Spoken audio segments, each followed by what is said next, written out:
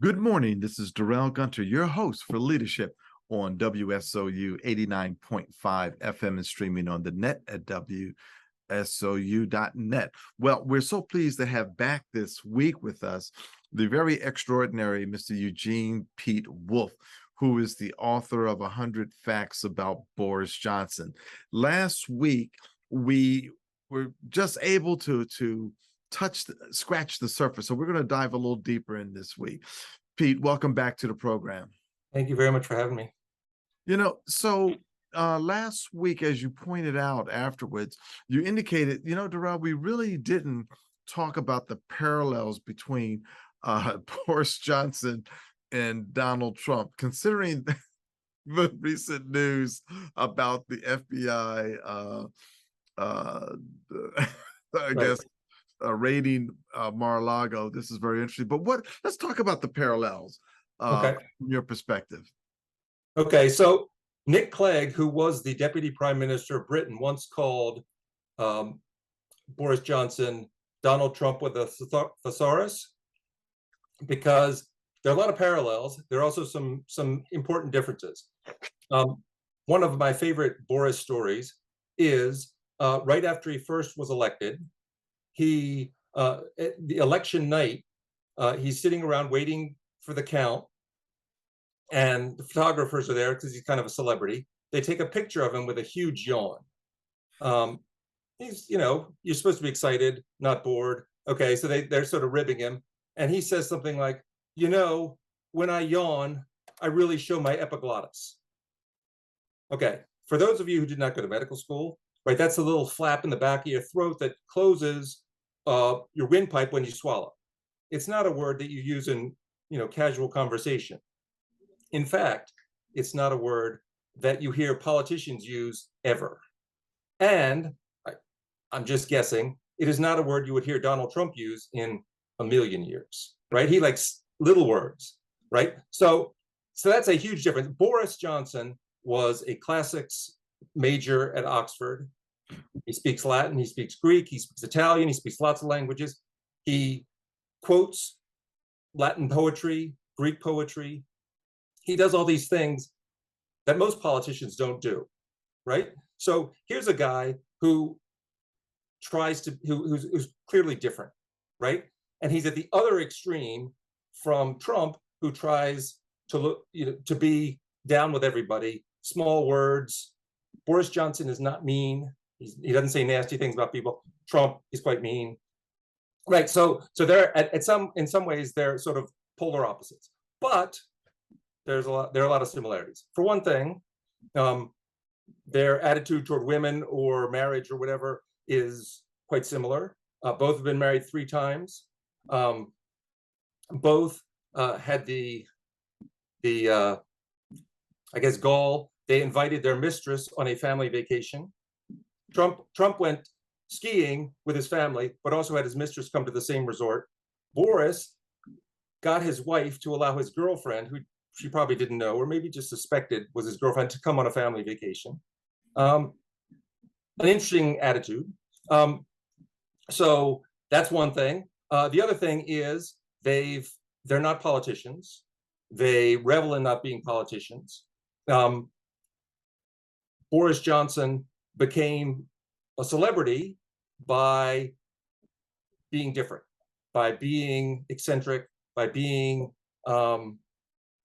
everybody could tell he was smart, but he also seemed kind of strange, kind of at sea, kind of befuddled.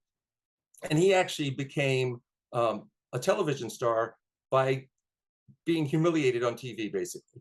There was a famous situation where he was in the Bullingdon Club at Oxford, which is this sort of fraternity on steroids, and they did all kinds of terrible things. Well, one of the people in the Bullingdon Club was upset about a journalist who wrote a story about him, or maybe said something about his wife. And so he wanted to beat up the journalist. And so Boris Johnson was a journalist, and this guy tried to get Boris to find out the name of the journalist or the address of the journalist so he could send some thugs to beat him up. And Boris was caught on tape doing this. I mean, it's not a good look. So they had Boris on TV. They played the tapes. he hemmed and hawed, and people loved it. And everybody said, we got to have this guy back. This is amazing. People love this. But Boris is good at being befuddled, right? He's good at looking like he doesn't have a clue, even though he's a really smart guy. That's sort of the opposite of Trump, who wants to be in charge.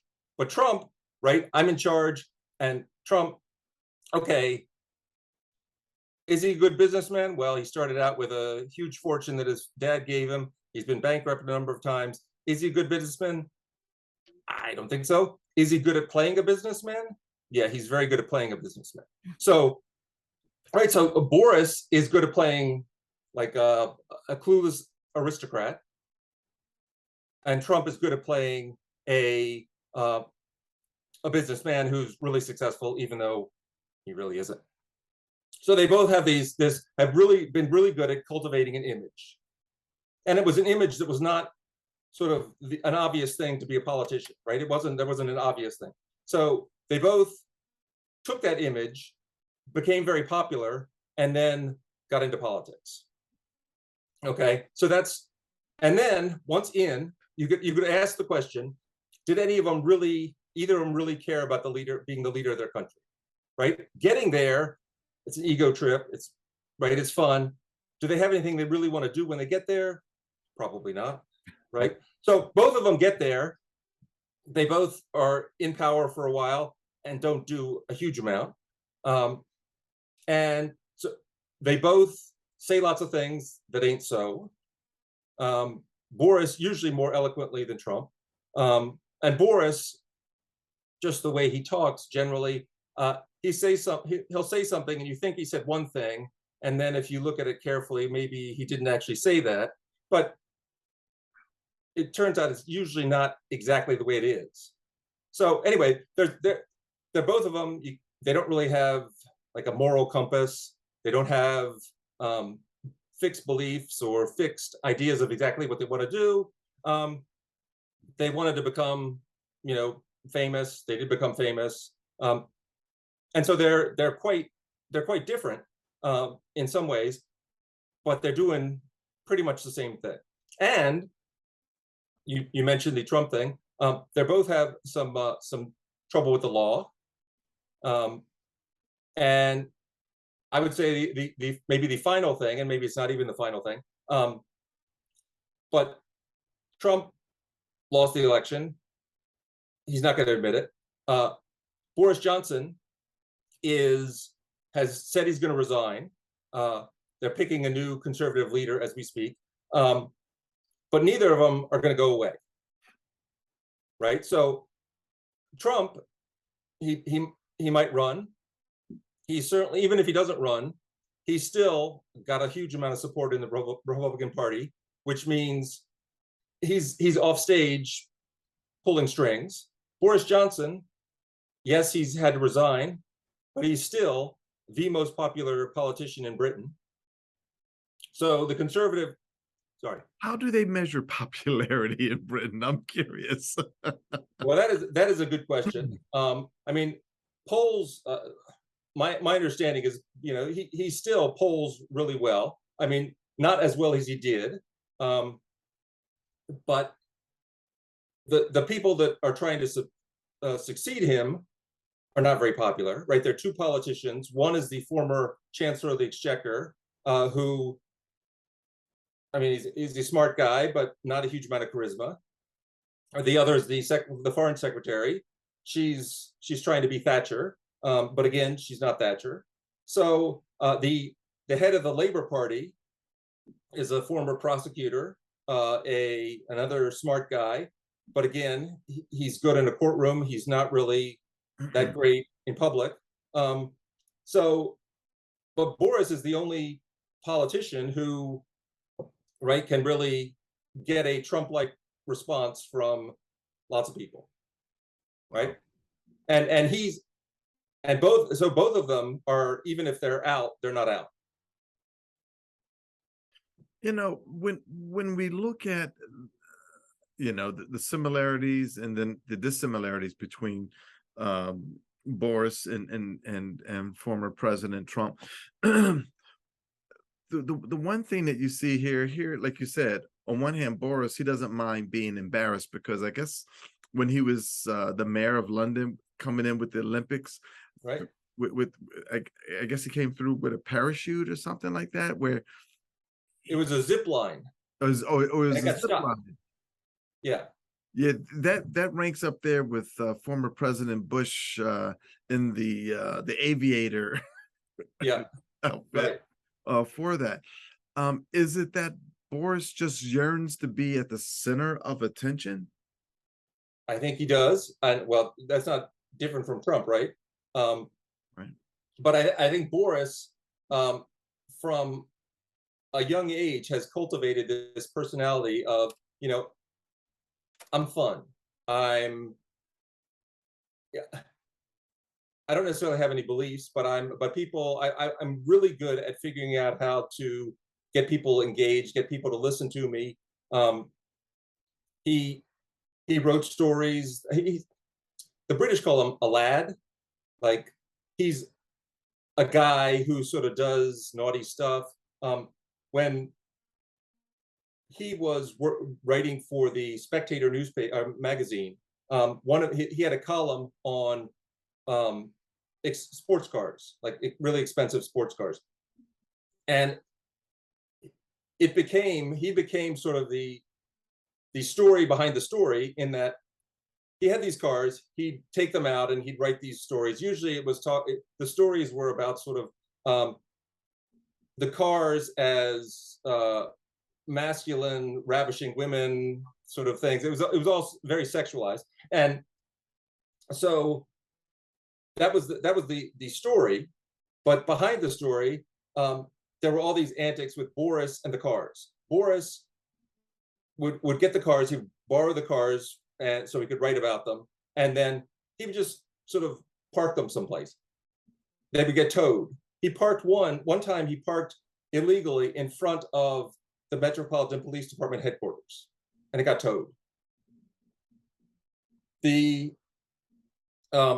Before you get in one of these fancy cars, right there, the owners of the cars would have a briefing. Of course, never went to the briefing, right? So he'd send somebody. And one time, the aide that he sent got a phone call. Boris couldn't get out of the car. He couldn't figure out how to use the door because it was a button or something. Anyway, so but this sort of thing feeds the sort of myth, or the story of Boris, the guy who's like doing all these things you shouldn't do, and he's such a card. It's so funny. When Boris got married, and he told his wife beforehand, I don't really like this idea of wearing a wedding ring. So he shows up at the wedding place. He forgot his tuxedo.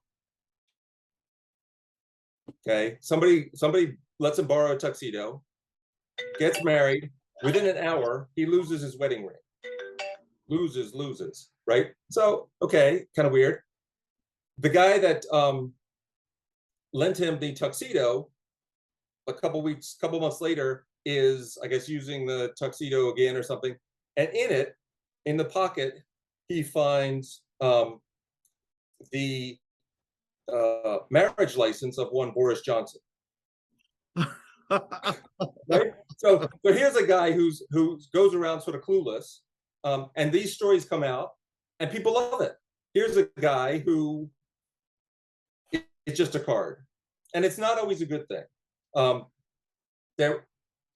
Boris Johnson was the foreign minister for a while. He went on a state trip to Burma, right? And so he's in Shwedagon Pagoda, this beautiful temple, and he's with the British ambassador, and he starts reciting this Kipling poem, Road to Mandalay. So this is a poem written while Burma was a British colony. He's in Burma as the British government representative, about to meet with the government, and he's saying basically, oh, when you were a colony. The ambassador was like, shut up, Boris. But this, right? So these are the kinds of things that Boris does, which people love, but they're not that great. I mean, if you're the British government, you don't really want your foreign minister going out and doing that kind of stuff. putting his foot in his Right. mouth. Yes. But he does it in a way that makes people think this guy is so fun.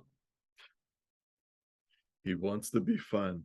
And so let's talk about the comparison of Boris Johnson with a Gorbachev, the clerk in Ozawa. I mean, you know, it seems to me like the names that I just mentioned are up here, but then, but what are those comparisons?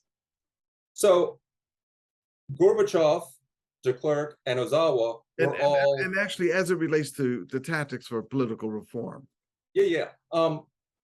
So all of those three were party stalwarts. They were people who came through the party, and to a considerable extent, people in the party didn't think they would ever turn against the party, right? So Gorbachev came to power after three really decrepit leaders. In fact, Leonid Brezhnev, I think, technically died in 1976 on a plane. His personal physician revived him, and then soon after became Minister of Health. But Brezhnev survived until 1981, but he was really out of it. Then there was Yuri Andropov, Konstantin Chernenko, these old guys. So Gorbachev said, look, all we need is a strong, youthful leader. The system will be fine. People believe that. He's a party guy. So people in the party thought, here's a guy who will make the party work better, right? And what he did was basically say, okay, we want the party to work better. And what we'll do is party leaders need to run for election. We'll have elections to this body that doesn't usually in the past answer to the party. We'll have these elections. Party people should run for them. And, it's not, so basically forcing people to be party people to be popular. But they didn't, he said, we want you to win, right? We want the party to stay in control. So people believe that. And when the elections started getting out of control and the party started losing power, right, it was a little too late. But again, here was a party guy. De Klerk, again, had been in the National Party, right, his whole life, very conservative. The people who voted for de Klerk voted for a guy they thought would prevent reform, not carry it out. And he said, okay, basically us whites, we're smarter than the blacks, and I will out-negotiate him. We can have Mandela come out of prison. They're blacks, right? We'll out-negotiate him, and we'll figure out some way so we can maintain power and we can get people to stop bugging us. Didn't actually work out that way. But people trusted him because he was a guy who all his life, all his career had shown, I will do what's good for the party. Ozawa, somewhat similar situation, had been in the Liberal Democratic Party his whole life, was really, really good at fundraising. And the problem with the Japanese political system was, or one of them, is they have an electoral system where 3 to 5 people were chosen from each district. And what that meant was there's one party, the Liberal Democratic Party, that's been in power since it was created in 1955. So in most districts, what happened was members of the LDP ran against each other. Well, if you're running against somebody in your own party, you can't really say, I'm different from Fred because I'm pursuing a different policy. So what you have to do is raise money. So what this system fostered was a huge amount of political corruption. So for the problem with that for politicians was older politicians who had an established network, they were fine because people voted for them because they've always voted for them. They've done a lot for the constituents. The problem was with younger politicians. Younger politicians come in, and then if people are mad at the LDP, those are the ones who lose. So Ozawa said, when there was a big scandal in 1993, Ozawa said, look, I'm really good at raising money. If you join me in leaving the LDP, I'll make sure you get reelected.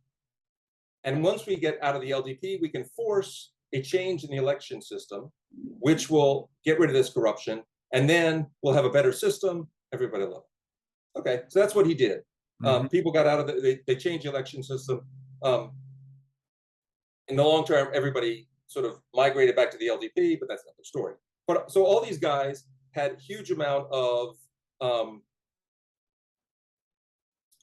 of loyalty to the party, a Mhm. huge amount of support in the party. They were party people, and that's how they got the party to come along with them. Okay, that's them. Boris, Trump, not that way at all, right? So they have power outside the party. Boris becomes a personality. Trump becomes the apprentice, the head of the apprentice, right? They have these things, and politicians from their party generally do not like them. What do they believe? Who knows, right? They're nasty in terms of Trump. Right? It's not clear what they want to do. They're not incredibly competent, but in both cases, right, they sort of force themselves on the party. You know, Trump, it's very interesting is that they have this very vocal minority that is a solid block, if you will, that follows them no matter what happens. They seem to follow them. You know, as they say, they see that they do no wrong. You know, for that. right? What Yes, and what that does is it a think mystery to about me. our society? Excuse me? What does that say about our society? Oh, I don't think it says anything good. Mm, I mean, I would say it's probably a bit different in both places, right? I mean, in the U.S., I think there's been a long history of sort of anti-intellectualism, right? We used to have a know-nothing party. Maybe we do have a know-nothing party, right? But there's a sense of the elites. You know, we're against the elites for whatever reason, and it's sort of amazing that you get all these Ivy League educated people who can claim that they are against the elites, and a billionaire, supposed billionaire, who claims he can be against the elites. I mean, look in the mirror, dude. Right? So, but there is a sense of, I think, for a lot of people, there is a sense that the country is not working in the way that it used to, and they're mhm, pissed. And mhm. so somebody who reflects their pissed offness, right, is and that's what Trump did. He said things that, you know, regular politicians wouldn't say, and Right. it usually nasty things. And people said, "Hey, he's playing our tune." I Boris often was I not often quite. wonder, and when I get into conversations with folks, because normally in my business, I don't talk politics, Yeah. but when I'm having a conversation with someone, I'll ask them, why are you so angry? You know, and when you really peel back the onion, is they really don't understand why they are angry, when you know they have great opportunities here in the United States. Well, so my view, if you look at right after World War II, right, think of Europe was destroyed, Japan was destroyed, right?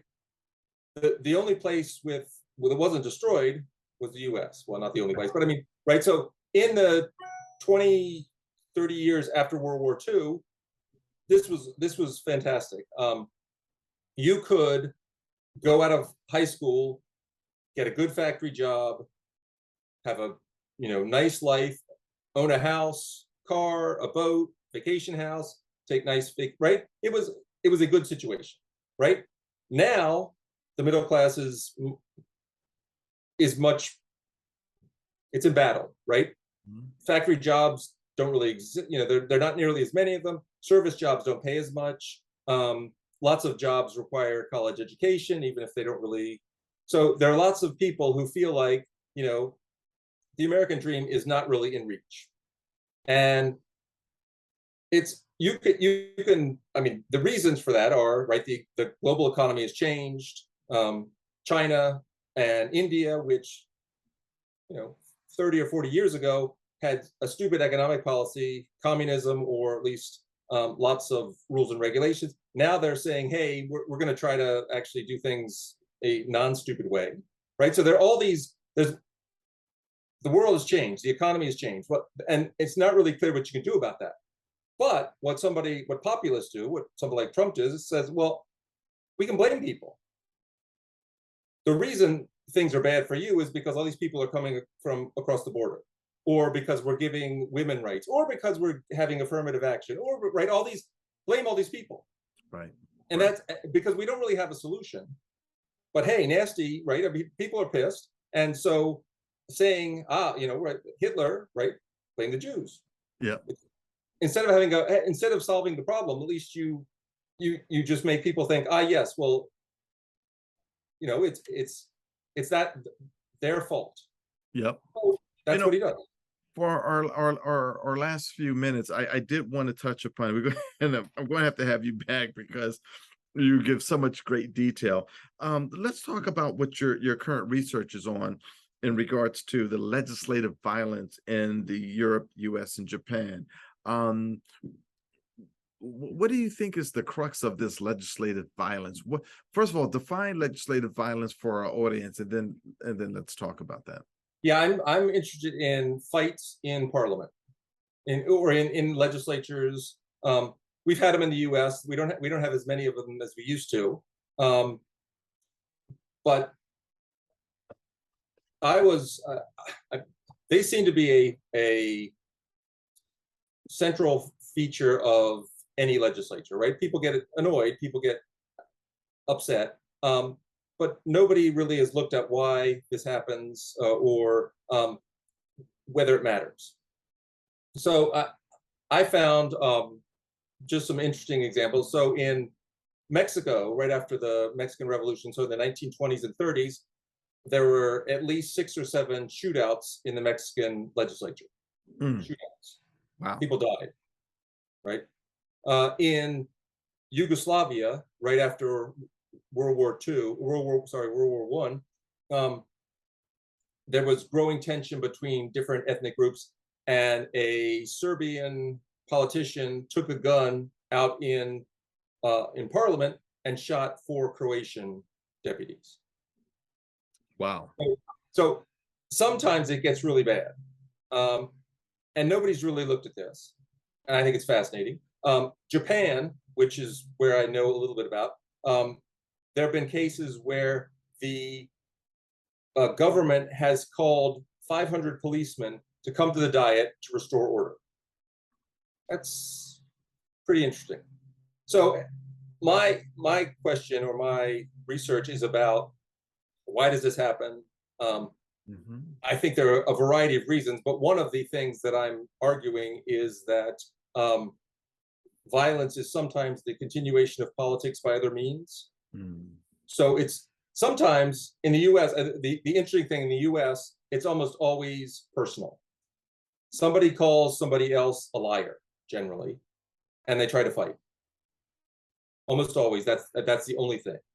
In other countries, every other country, you get brawls in which lots of politicians fight each other. In the US, it's just mano a mano, right? So I think that's one of the reasons why people don't really pay as much attention, because most people who study legislatures focus on Congress. Right. So for Congress, right, the idea that people could try to physically prevent the majority from doing something is just absurd, because it doesn't happen here. But in Japan, it does. Wow. Considering the recent shooting of the former prime minister, the killing of the former prime minister of Japan, yeah, this is a very, very, very serious topic. When do you think you will have this research completed and your book published? I give up. When is the yeah, I don't know about that, right? But I'm working on it. At the moment, I'm trying to get a list of all the incidents I can find.